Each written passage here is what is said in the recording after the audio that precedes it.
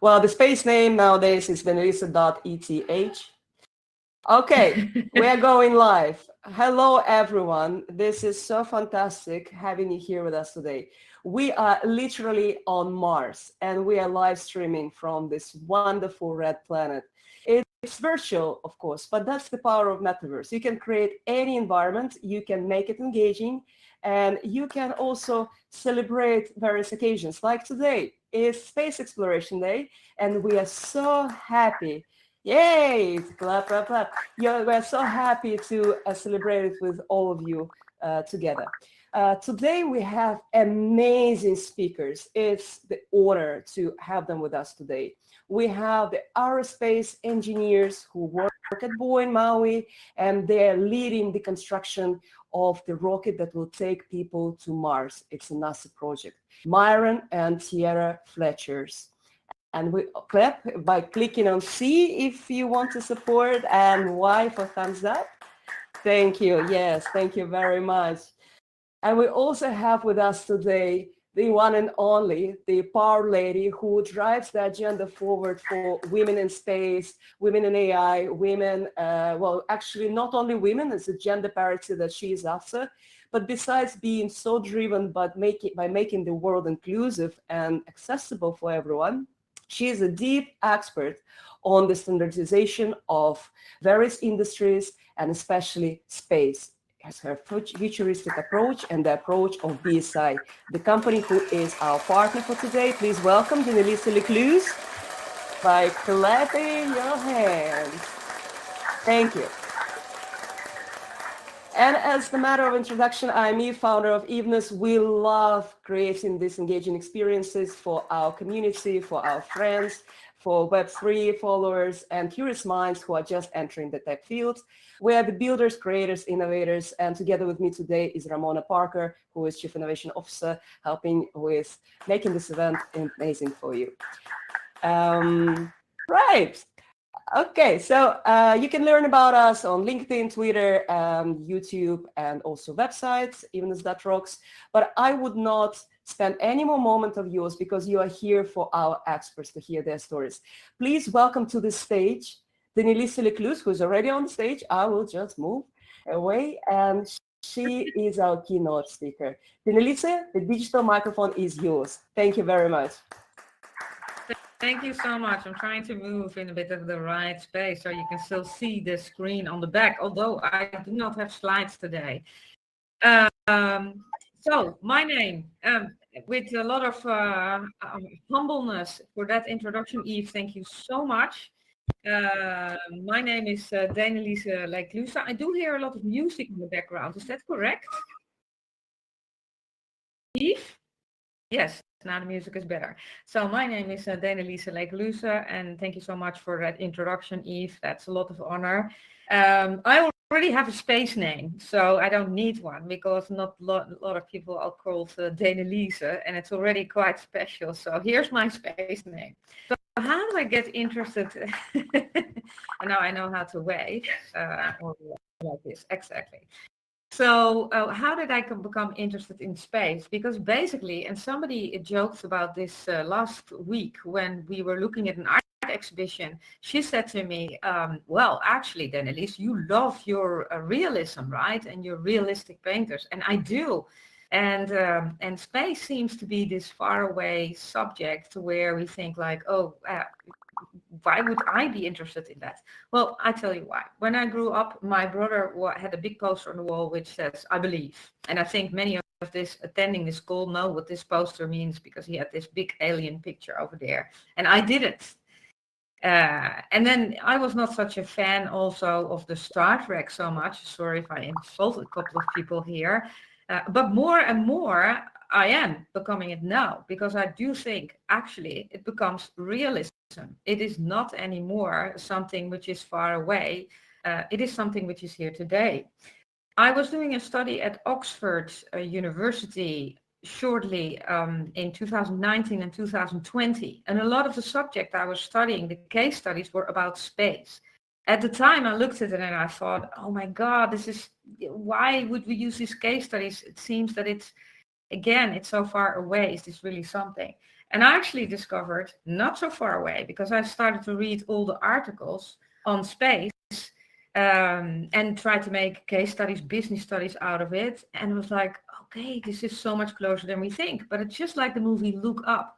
It is until we literally look up that we find there's a couple of things going faster than we actually expected. Now, before I go further, because that's now my interest, this is really this area, a little bit about BSI. I am the Managing Director Europe for BSI. And at BSI, we empower our clients to become ready on what's next. So absolute perfect keynote for us to deliver today for BSI. How do we do this? We do this through shaping, sharing, and embedding industry best practices. And with that, we improve the resilience of organizations. And as you can imagine, this is very related to space also. So a little bit of facts about the space industry. When we talk about space industry, we basically talk about space industry or satellite industry and space business. Then we have a few major sectors: satellites, manufacturing, ground equipment, launch industry. Actually, in 1967 was the Outer Space Treaty developed, which was UN resolution in November 2021 to say, well, this is maybe a little bit old-fashioned and we need some working groups on this right now. Because basically, when we talk space industry, it is indeed that business we all think about, rockets and satellites, right? But there's way much more. And what is way much more? Nowadays, we use terms as new space and space-based economy. New space is private space, flight efforts, and all of these companies who do business on that, and we can think of several currently who are making attempts to fly into Earth's orbit. They are under the governance of international treaties and national governments. Now, we also have space-based economy, which is economy activity in outer space, asteroid mining, space manufacturing, space trade, space advertising even, and space burial. Now, what that does mean, space advertising, people try to advertise things in space where you can actually see on Earth. But obviously, when you do that, you get debris. And you also have space burials for a lot of satellites, which are end of life, and then it has to go somewhere. And a lot of them were built in a time that it wouldn't break down or get back to Earth, but you would find space. In space, you find a place where you can put the debris. Now, why do I explain all of this? Because basically, when you talk about the space business, space industry, so satellites, and what you look at now, new space and space-based economy, there's not a lot of rules around that. So on Earth, we have a lot of rules. We have a lot of ways and standards to make our business trusted. We agree on best practices with each other. We have laws. We have country borders, and in space we currently have only that outer space law, and there's not a lot of agreements on how can we trust what we do in space. What's going to be important in this space industry is that everybody here has a responsibility. Everybody who's listening to this presentation today, everybody who's joining us today in this on Mars, everybody who's listening later to this recording, my quest is that we all realize that we have to build standards or ways to find, and rules, regulations, to find that we also make space a safe place. On Earth, we by long now found that profit is not the only way to look at your organization and what it's doing to see if it's good performing or not. We already made the conclusion, people, planet, profit, right? And profit then as being one of the three things we need to look at.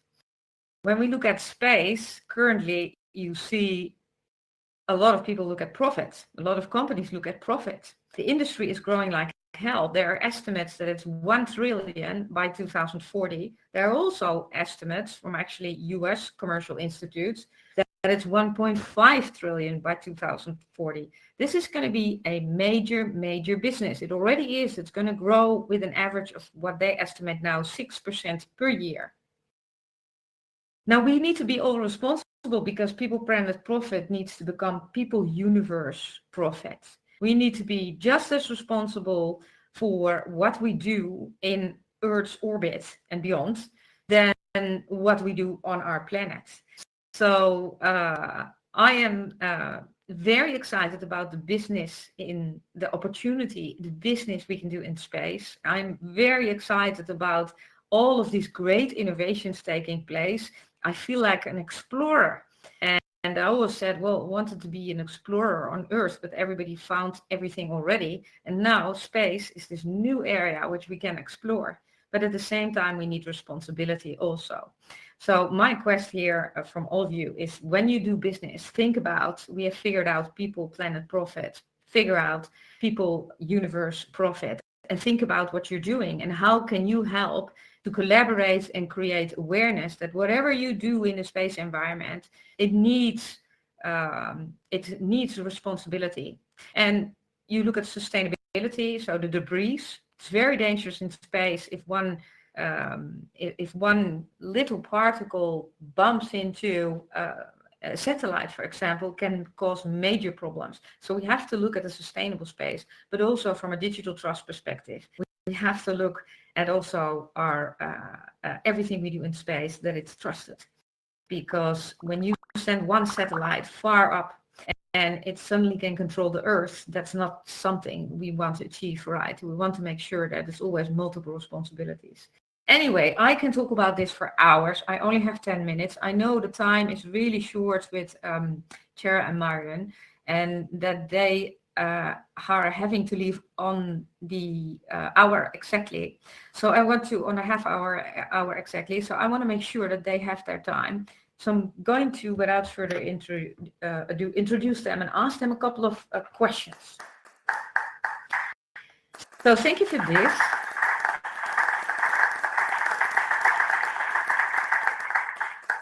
And now I would like to introduce Tiera Fletcher and Myron Fletcher. And please join me on the stage. And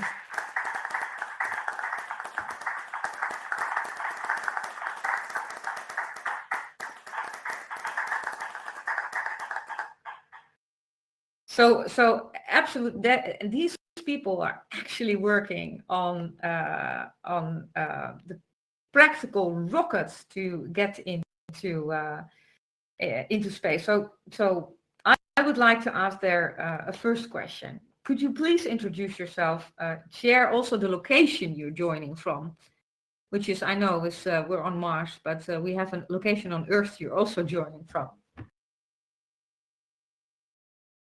Hi, Myron. Hi, Tiera. Hello, everyone.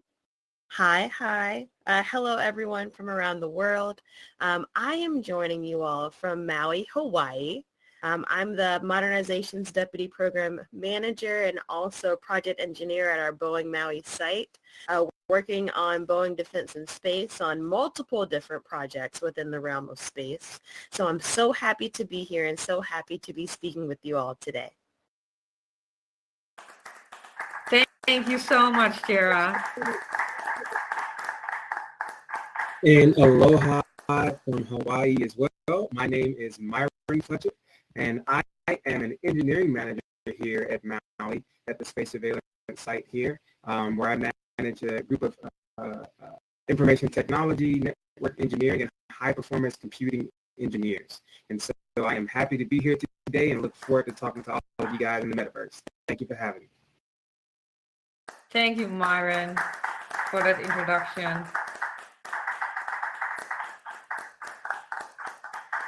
Now, as a second question, could you please share your stories with our guests? How did you become aerospace engineers? What led you to the NASA rocket project? So for me, I actually decided to become an aerospace engineer at the age of 11 years old. I had a passion for mathematics, science, technology, designing, and I realized, thank you, and I realized that I wanted to put all of those passions together, and I joined a program that gave me the exposure to what aerospace engineering is. So I decided that, oh, you know what? I want to design military aircraft. So that was my passion starting at 11. And as the years went by, I started to develop just an overall passion for aerospace engineering as a whole. So I ended up going to the Massachusetts Institute of Technology, or better known as MIT, in Cambridge, Massachusetts, where I was able to study aerospace engineering. So I worked under the direction of astronauts, and I also was able to actually research rotations of astronauts in anti-gravity situations, and also research the pathways to Mars. So as we're standing here on this Mars settlement, it's pretty much a 360. I'm back to where I've begun. I'm back to where I've had that passion, that spark to explore space.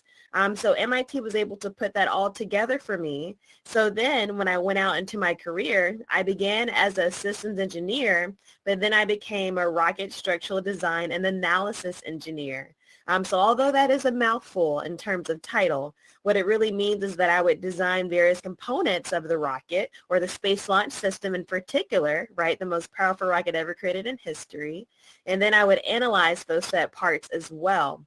So it really allowed me to see the rocket in a 3D visualization. So then I became an engine section task lead, where I was able to physically see and touch and feel components of the rocket that I was just looking at on the computer screen. And that was at the Michoud Assembly Facility. So I've been able to watch the development of the Space Launch System from a very, very beautiful point of creation to the point of actually building it. So it's been a lovely journey, and it's so amazing to see the Space Launch System where it is today, standing at the Kennedy Space Center. And now as a modernizations deputy program manager and project engineer, I'm able to take all of those different skill sets that I've acquired through the years in order to put all of these different projects together to then meet the missions that we have here in Maui. So that's a bit of my aerospace journey. Fantastic.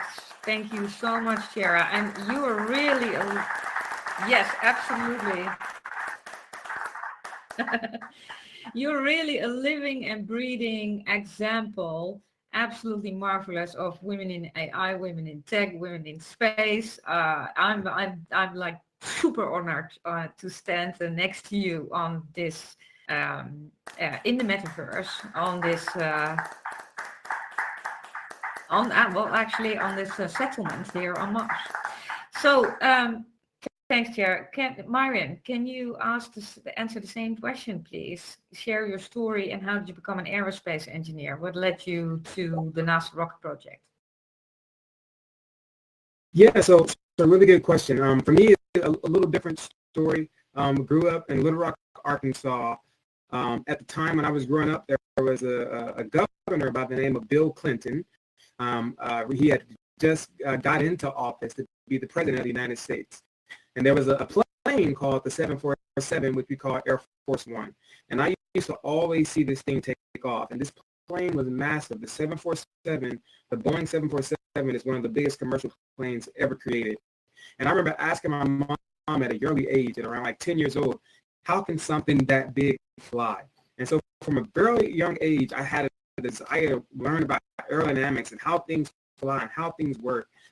Thankfully, I was able to go to space camp in the fifth grade, which is in the United States Space Camp, is in Huntsville, Alabama. And the first thing you see when you get to space camp is Saturn V, which of course is the rocket that sent the first humans to the moon. And I remember asking my teachers at the time, I was like, wait, humans built that rocket? And I was like, one day I want to be a part of a project where we send humans to the moon and Mars and beyond. And that was my dream from 10 years old, was to be an aerospace engineer.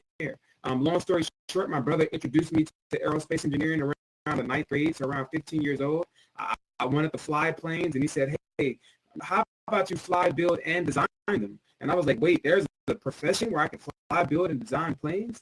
And so that's when aerospace engineer clicked off in my head, and I knew that's exactly where I wanted to go. That's exactly what I wanted to do.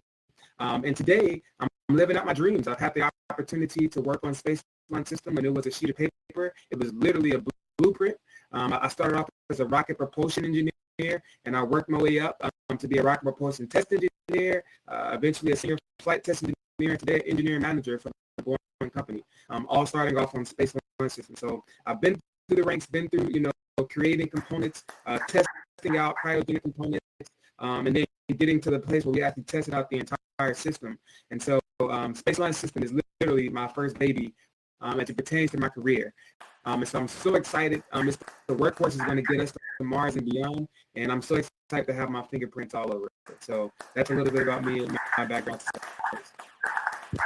Myron's also,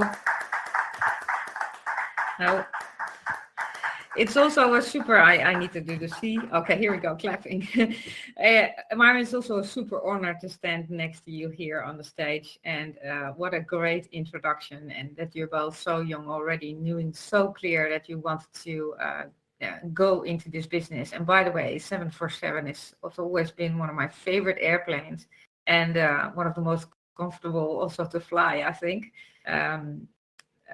Okay, so let me ask the next question, and diving deeper into your fascinating discussion about your mission to Mars.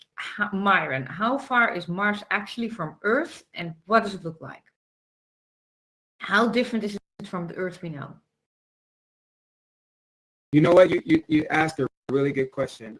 Mars is a very, very long ways away. I don't think some people recognize how far Mars is. And you're talking millions of miles away, and to be exact, 112.12 million miles away. So a very, very, very long distance away, very, very far away. And a lot of people have to understand that Mars is actually smaller than Earth. The diameter at the equator at Mars is about half that of Earth. The circumference of Mars is also about half that of Earth. And then the volume of Mars is 15% the volume of Earth. So if you could crack open an egg on Earth, it'd be about 6.5 times the planet that would fit in Mars. And so it's very, very smaller. It's like I say, half, pretty much half the size of Earth. It's not just smaller, it's less dense as well. And so it's 15% of the Earth's volume, it's 11% of the Earth's mass. And so this means that the pull of gravity on the surface of Mars is only 40% as strong as the pull of gravity on the Earth's surface. So a lot of us would go to Mars and lose weight immediately because it's just that much dense, that much more smaller. And so that's just a little bit about it. It's like I said, it's 1.12 million miles away, so very, very far away. If a person were staying on the surface of Mars, their mass would be the same as Earth. But what we don't understand is that the weight would actually, wouldn't be the same. And so a lot of people say, well, my mass is the same. Well, would my weight be the same? And that's because weight is the measurement of the force of gravity on an object. And since the force is different on Mars than it is Earth, you actually weigh 38% of your current weight on Earth. And that's why I talked about we would lose weight going to Mars. So like there might be a future marketing plan where you'll see people say, hey, if you want to lose weight instantly, move to Mars. You can lose 38% of your weight. And that's only because we're playing with the force of gravity on Mars. But yes, Mars is a very long ways. It's very different than Earth. There are a bunch of studies going on right now trying to figure out its habitability. How can we live on it? How can we make it? Is it sustainable for humans to stay on X, Y, and Z? And so there's a ton of studies going on right now to see how Mars could fit to be a second place for us to call home.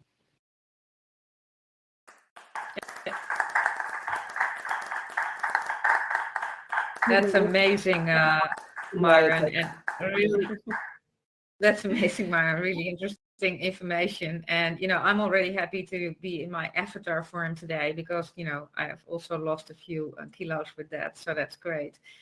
But it's so much information. And also, it's so far away. It's really difficult to imagine that at a certain point we may get that 747 style plane actually flying people to the moon.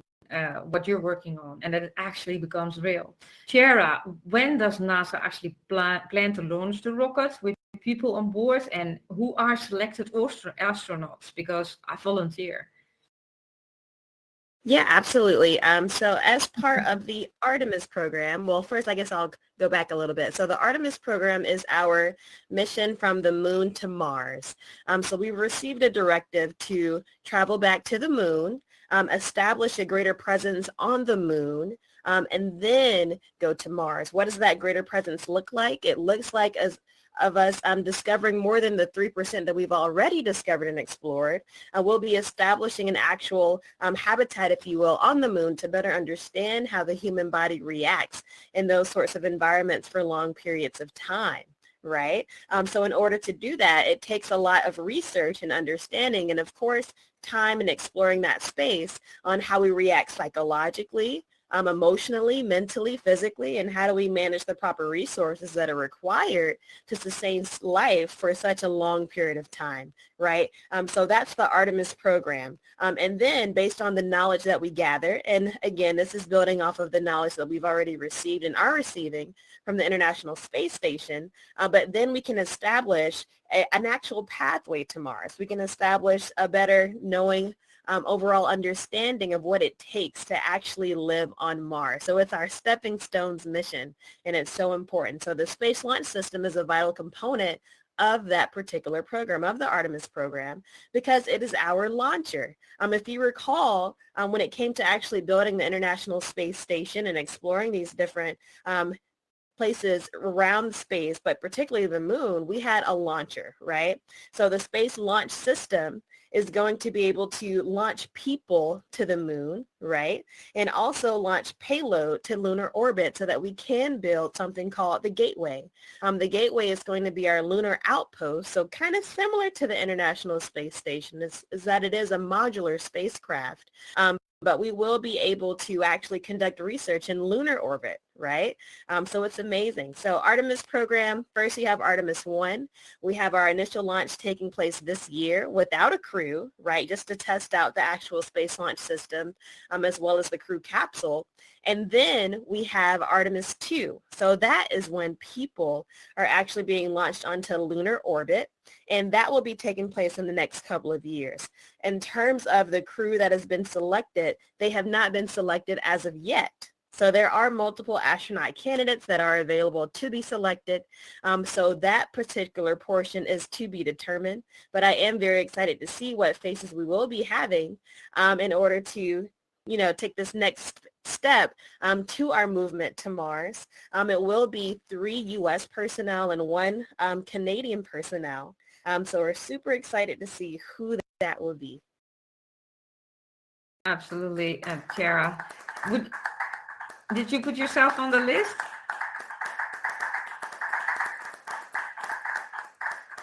You know what? That is an option, I would say. But these astronaut candidates, they have amazing credentials, and they've already gone through training. So they're prepped and ready to go already.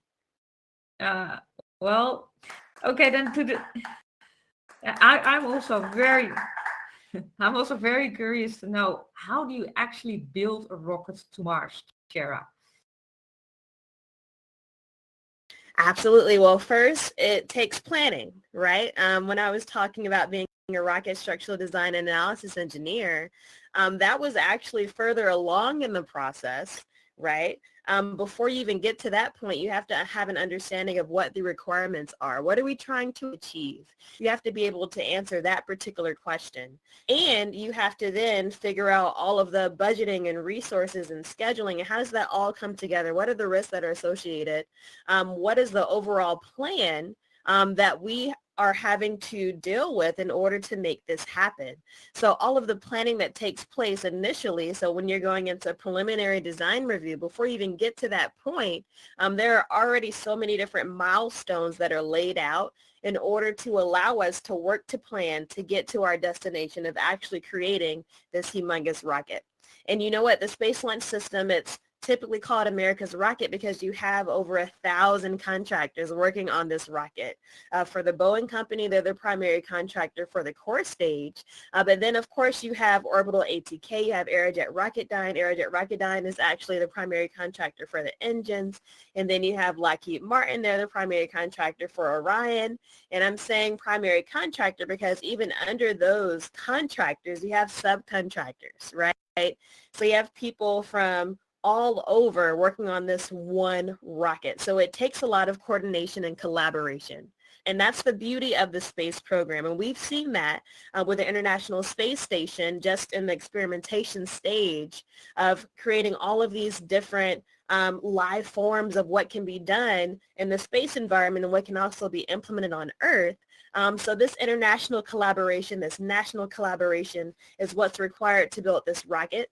It takes many different minds and skill sets. It doesn't just take somebody who's good at planning. It also takes somebody who's good at designing, who's good at building, who's good at bringing people together, who's good at quality checking. So it takes a huge team of people to bring their minds together and build this massive over, like hundreds of feet rocket in order to get us to this point of getting back to the moon and then to Mars. So it takes a huge effort. It takes a lot of time and a lot of collaboration. Wow, yeah. It's impressive, huh? It's really, truly a whole ecosystem, I think, involved, and definitely a good example of collective intelligence we need in order to pull this off. So Myron, what are the KPIs? What are the key performance indicators to know that your rocket is efficient and safe?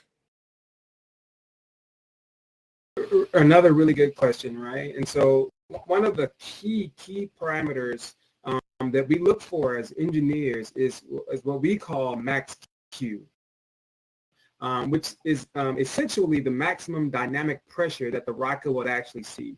So the rocket has to go through several tests on both the physical rocket and analytical models and subscale models to understand where the maximum dynamic pressure is met on a particular rocket. And it's a little equation called Q equals 1/2 rho v squared, where rho being the density and v being the velocity. And so we take into account the velocity that the rocket will see, the density of the air that it will actually go through, and the maximum dynamic pressure is the absolute key point to building a rocket safely and efficiently. The point of max Q is the key milestone during the rocket launch. It is the point at which the airframe undergoes the maximum mechanical stresses. And that point is so key because you don't want something to just fall apart or blow up or, not do what it's supposed to do. So we really spend a lot of time in computation fluid dynamics and in the aerodynamics lab studying the max Q for the particular rockets that are being built. On top of that, you have multiple requirements that are levied, on by NASA to make sure the rocket is built according to history, according to regulations that are currently in place. And then you want to make sure that the rocket engines are efficient. You want to make sure there's an adequate structural test and there's adequate margin in the models and different things like that. So it's a lot of different pieces that come into play. But the most critical part of the actual structural mechanical part of the body is understanding the max Q, as we call it as engineers, also known as the dynamic pressure that the rocket will see, making sure that it has a body that's able to withstand that pressure and go beyond that with margin. And those are the key parameters and factors in building a safe and efficient rocket that's going to be able to carry humans to the moon, Mars, and beyond. And so that's my 2 cents there. Thank you, Myron, for that.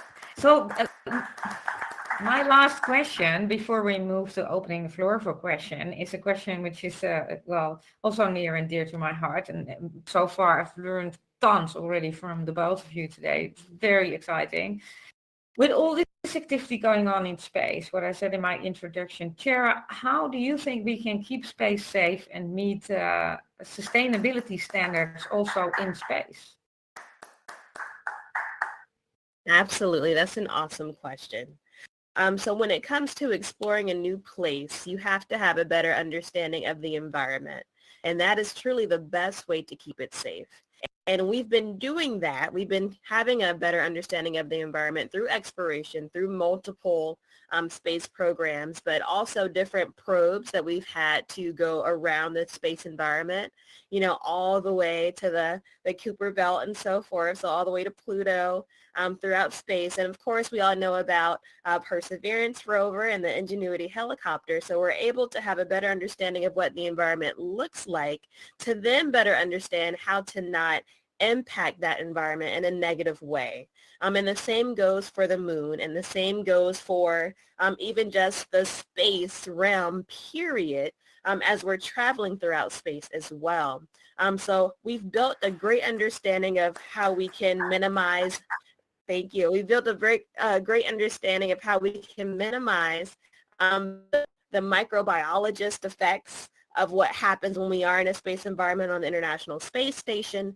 How can we minimize those different organisms that are popping up from our presence, from the different activities that we do, especially being in a small environment for such a long period of time?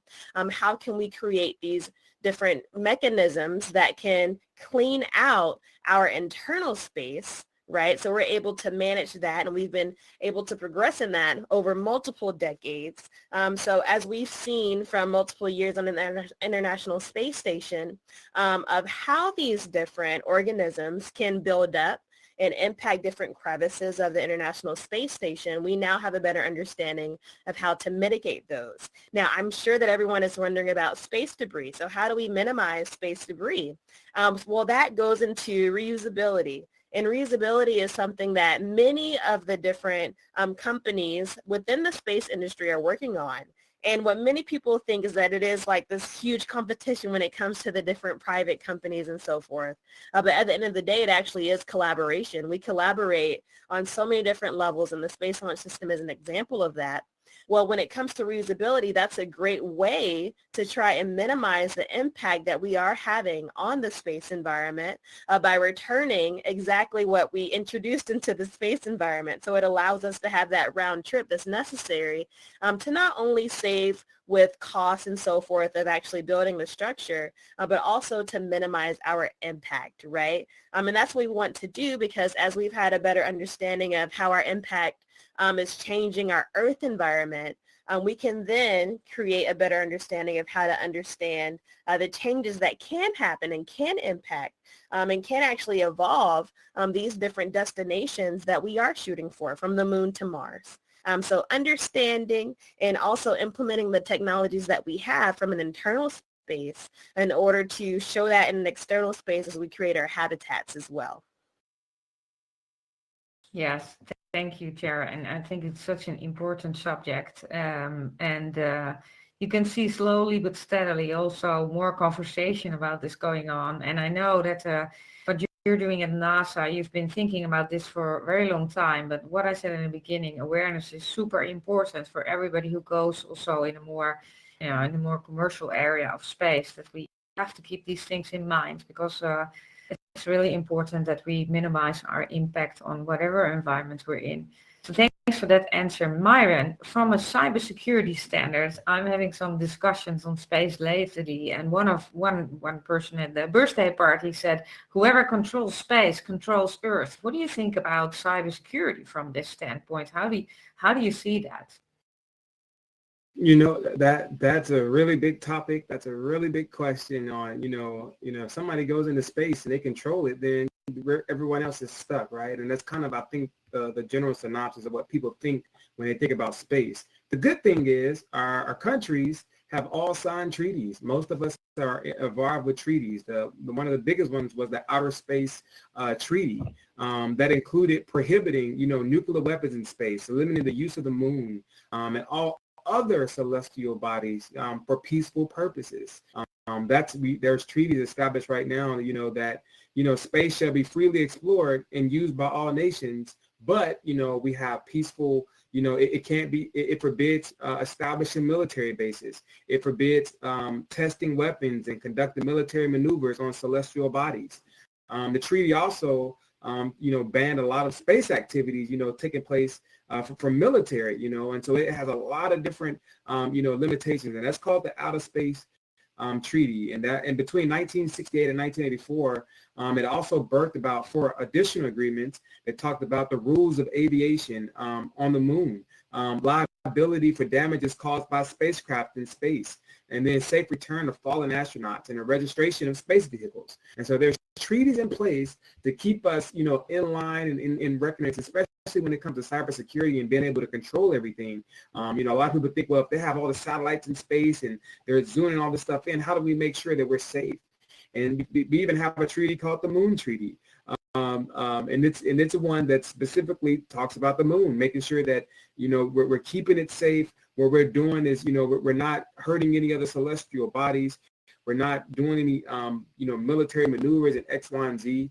And then, as we talked about earlier, Tiera mentioned, this is the Artemis mission that NASA is calling it. Well, there's actually an Artemis Accord And the core of the Artemis Agreement requires that all activities that are conducted be conducted for peaceful purposes, and that it consists with the principles of the Outer Space Treaty.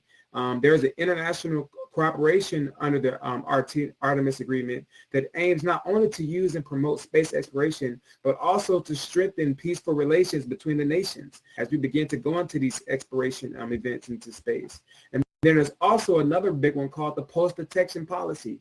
And so one thing that we think about when we think about outer space is are there other life forms out there?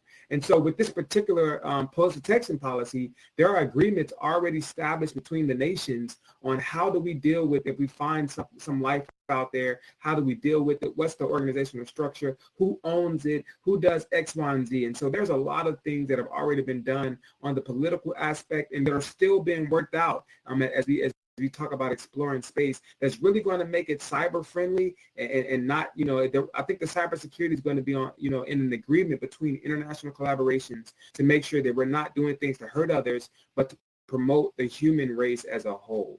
And so I believe that with these treaties that are in place and with the future politics that'll be labeled out, we'll work together as a world, as a human race, and go out and seek the things that are out there for us. Thank you so much for that explanation, Myron. Before we open the floor now for the questions, just a little bit of conclusion. Like I said, I learned a lot. And what really struck me is the remarks, Tiera, you made on the collaboration needed in order to actually get that rocket out there. And the collective intelligence you need from so many different organizations, and you call it America's rocket, but probably also from other companies around the world delivering components. So maybe it's the human race rocket. And then Myron, to your point that we really only can get there if we promote the human race. So from a positive standpoint, we have an opportunity to collaborate as the world together when we go into this completely new phase of exploration. So thank you so much for answering my questions. Eve, back over to you, because I'm sure there will be questions from the audience too.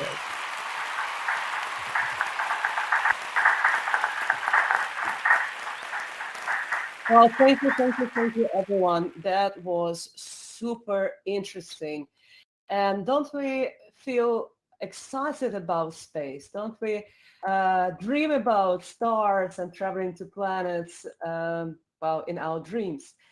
Well, today we addressed the key matters, and it's time to ask your questions, because the opportunity is here. Thank you, Myron and Tiera, for answering them. Please raise your hand if you have a question. We'll just do it this way to make it, one after another. Click on number 2, just wave, and that's how I will know that you have a question to ask. All right, Diego, yes, please ask your question. Hi, everyone. So yeah, I'm Diego. I'm the founder of Data AI. We're currently working on artificial general intelligence, on creating pretty much sentient AI, and it's a super honor to talk to you guys and meet and hear your insights and all of your your beautiful work. I was just curious, how are you using AI to I don't know,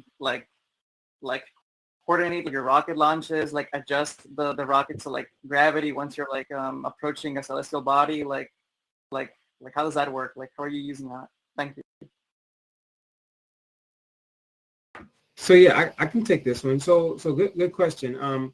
We use AI a lot in various arenas. When it came to building space launch system, right, we had to find a facility that was big enough to build it, a facility that had the capabilities to hold, different parts of components, and we had to do a lot of different things. So we actually use AI to go into virtual places and build things, and to study things on how we could build things better.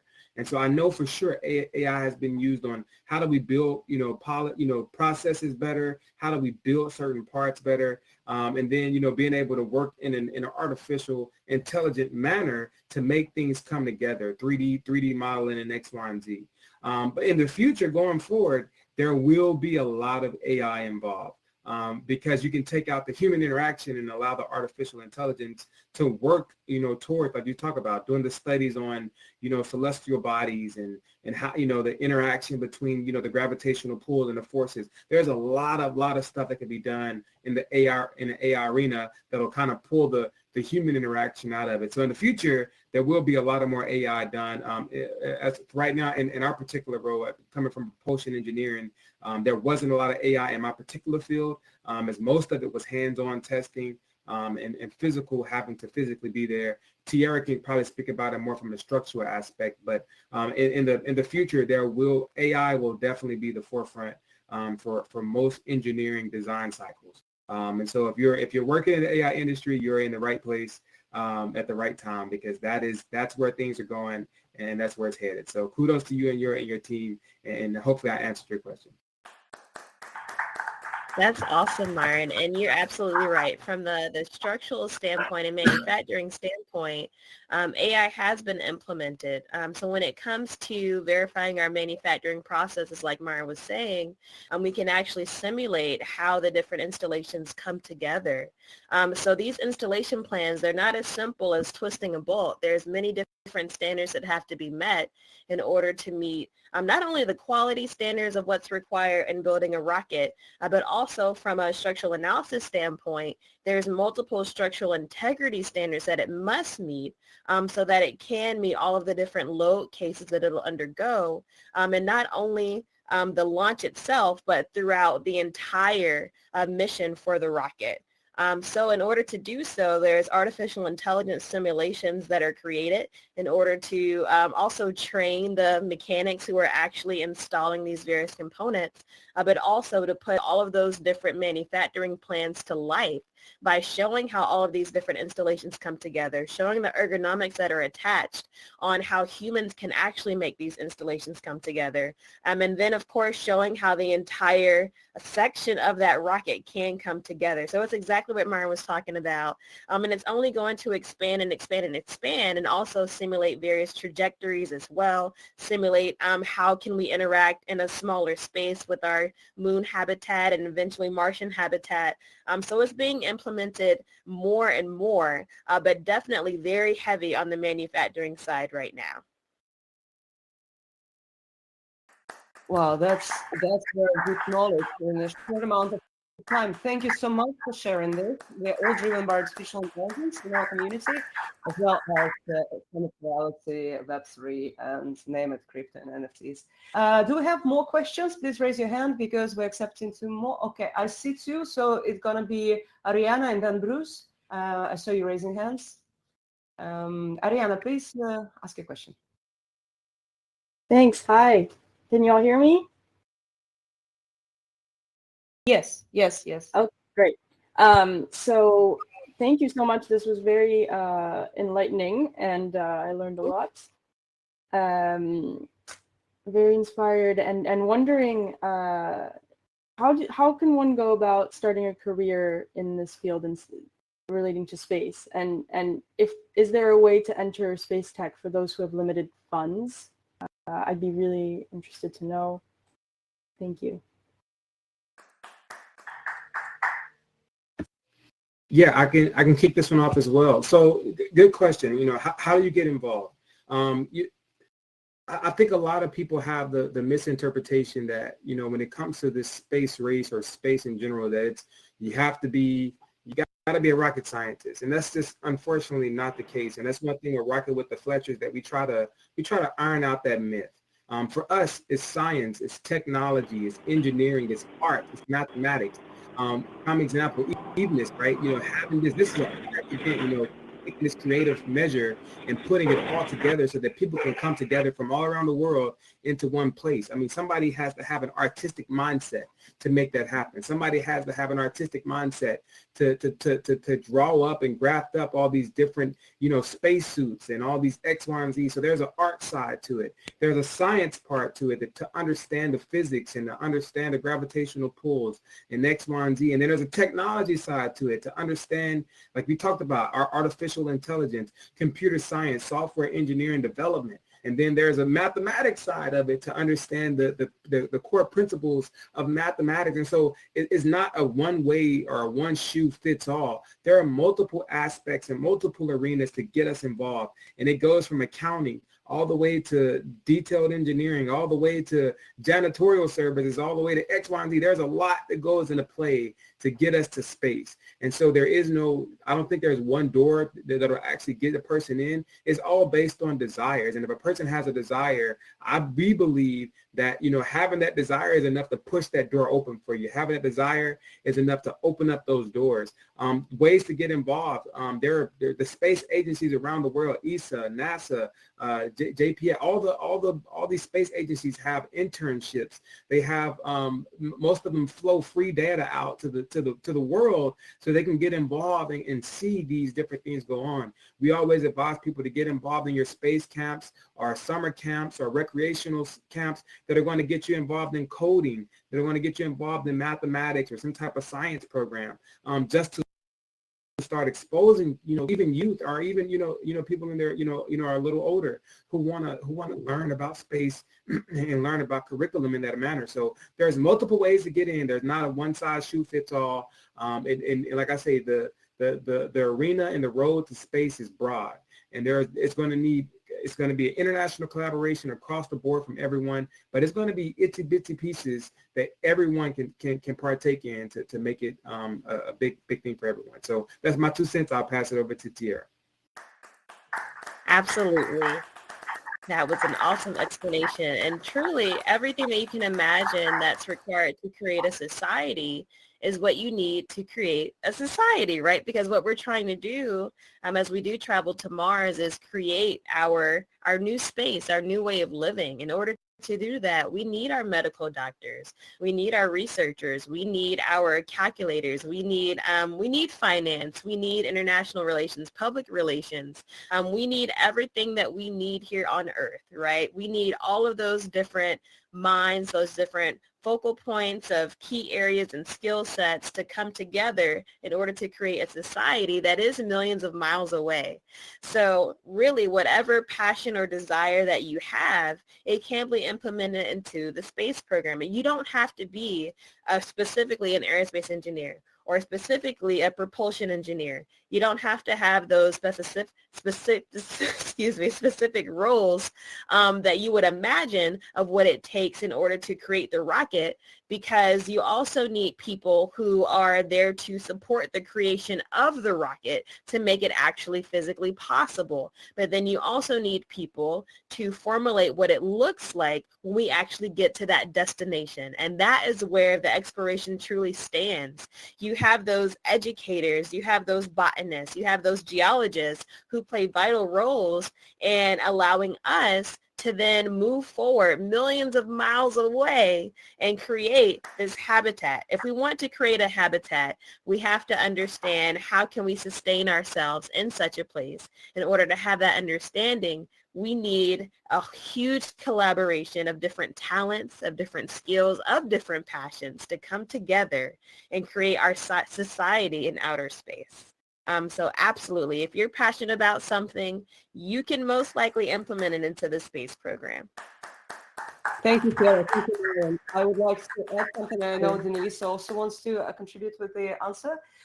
If you are limited with your funds and you are based in the United States, maybe it is possible to look at other space agencies for the same programs, but the White House, together with NASA, launched the various programs in support of people who want to get in, whether they're younger generation or career shifters. There are possibilities for funding and sponsorships. Just do research. We don't have enough time to go into every link at this moment, but please conduct research. I found a lot of possibilities. Denelise, please answer, and then we'll take a question from Bruce and one question for the audience if we manage to ask, because Tiera and Myron are literally almost running to continue building the rocket. So I'm trying to make it fast. Denelise? Yes, and we don't want to delay building the rocket at all. And I wanted to expand a bit on those answers, because if you're looking to get into space currently, there's also a lot of attention from investors, from any companies who are looking to this whole environment. So not just the satellite, not just the rocket part, but anything which has to do with space business. So, and like Tiera already said, you can think about spacesuit, etc. But a little bit selfish here, looking at what we do at BSI, British Standards Institute, we already convene ecosystems, bring companies together to talk about what could be sustainability standards for debris in space when you bring satellites up. So that's already a subject. You initially think, oh, space, and it's not confined to only the areas of satellites and rockets. It's really such a broad subject. And to the point of the Fletchers, yes, you need everything in space what you need on Earth. But already now, today, there's a lot more business going on in space if you want to get into the industry. And at BSI, we also we have several vacancies currently. So if you're interested, we're always interested to talk to people with innovative mindsets.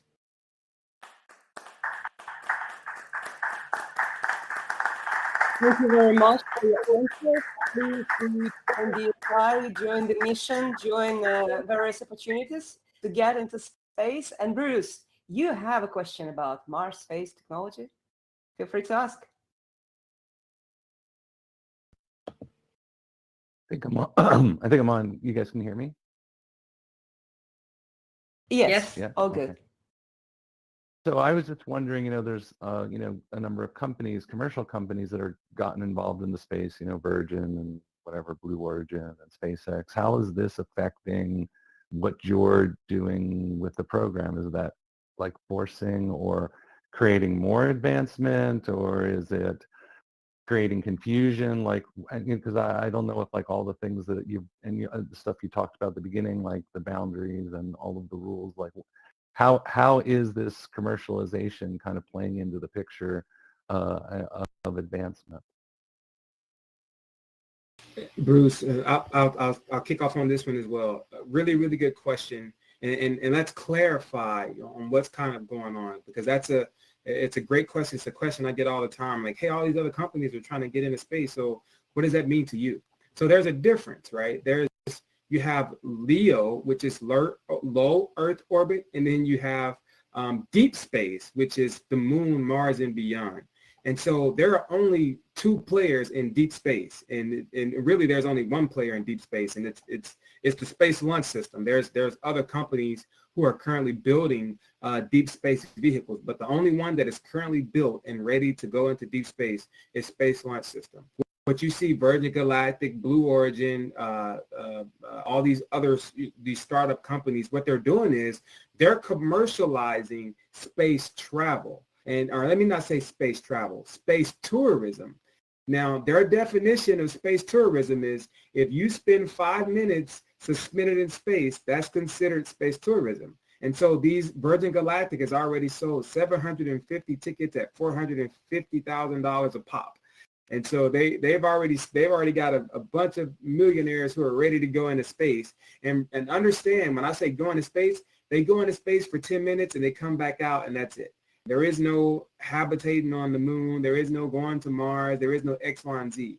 And so what you're seeing is I call it the new Titanic movement, the new jet movement, right? It's like, oh my goodness, we can take a boat across the seas. Let's do it. And then, for instance, oh, we could take a flight international. Let's do it. And so that's what you're seeing. You're seeing a bunch of hype about commercialization of space tourism, not necessarily deep space travel. So the difference is there are people who are creating low Earth orbit, which is kind of like International Space Station, things like that. But then there's corporations, like I say, Space Launch System, deep space, going further than we've ever gone as humans. We haven't been past the Van Allen belt since the 1960s. And so Space Launch System is currently the only vehicle that can go that far, and that's rated by the government of the United States to go that far. And so, so not to be confused, there is a space tourism that is getting ready to pick up. I always tell people by the 2030s, by the 2040s, probably for about $750, you can go spend 10 minutes in space. And that's probably going to be the reality of what you're going to see going forward for space tourism. But there is a big difference between that and what we're doing as far as sending humans in explorations into deep space. Completely different ball game, and they're not one and the same. They're very, very much different. So that's my 2 cents, Tiera. I'll let you piggyback. Absolutely.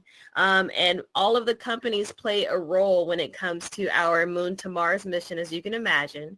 So as you're seeing companies like SpaceX take astronauts to the International Space Station, the plan is for them to keep that going. For the Space Launch System, we have our eyes set on the moon, right, which is beyond the level of the International Space Station in terms of distance, in terms of resources, in terms of power that's required to get there, right?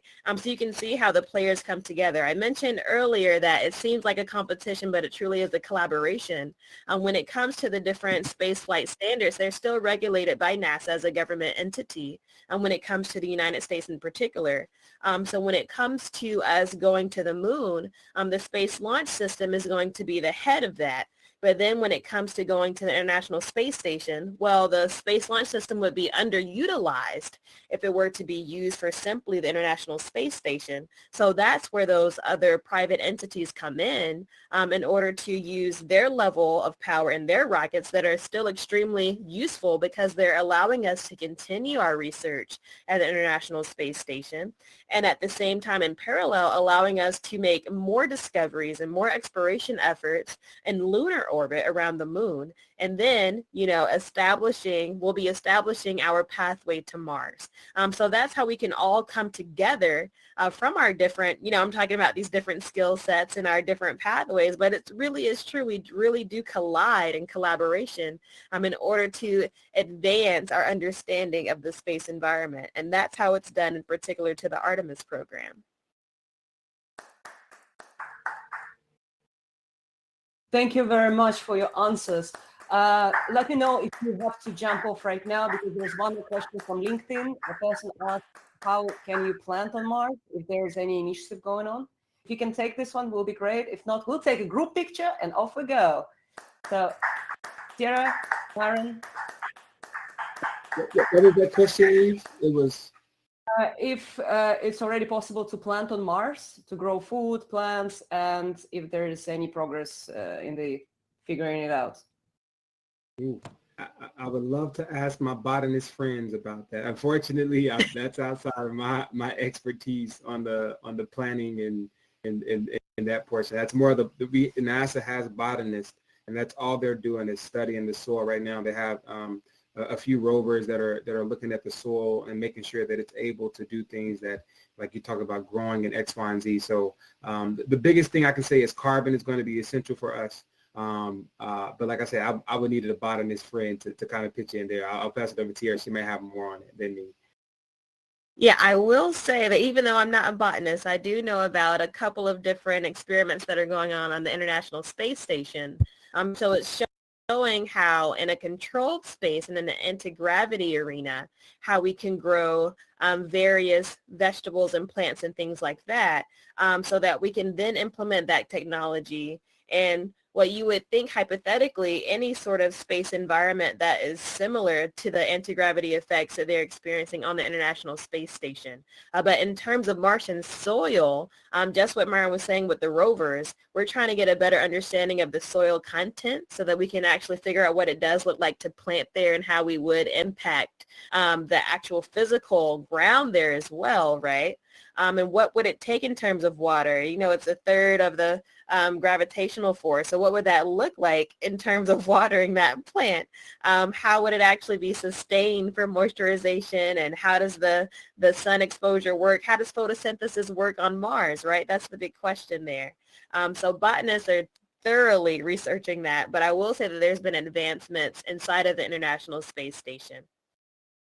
Thank you so much for answering. I hope Rita, who asked this question, had the full answer. If not, we'll take some people who are experts to help you with figuring this out.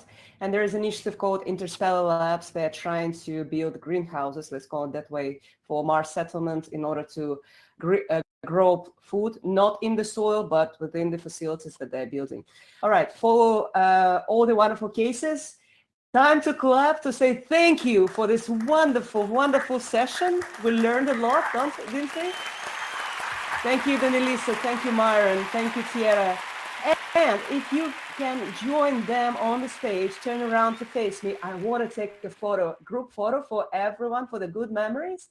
So please come closer to Tiera, Myron, and Denelise.